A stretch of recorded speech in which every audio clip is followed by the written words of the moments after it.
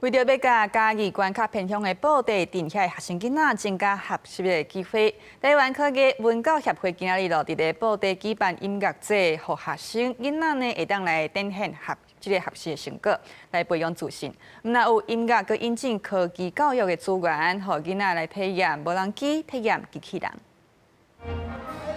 把握最后练习的时间，伫布袋上港的码头边啊。100多位来自各地各中小的学生囡仔甲老师，拢咧为隔港的音乐节做最后的排练。台湾科技文教协会配合镇公所甲在地11间学校，要用音乐节的活动，互偏乡的囡仔展现合适的成果。他们是克服很多学习的难关，他们在这历程中也要学习如何去驾驭他手中的一个乐器哈，然后呢，如何跟人家合作，然后能够在舞台上展现他们的所学。除了音乐的演出，台湾科技文教协会嘛引进科技教育的资源，设置科学体验的活动。协会表示，偏乡的教育资源无济，有设备煞无老师通教，希望透过活动的举办，替偏乡的囡仔增加技术甲科技的学习机会。科学的部分呢，是因为我们希望孩子可以多增加他的视野，不要因为身处在渔村或者是说我们这个偏乡的地方就少了这些资源。我希望把外界的一些资源引进，那布袋音乐节呢，刚好就是一个很好的平台。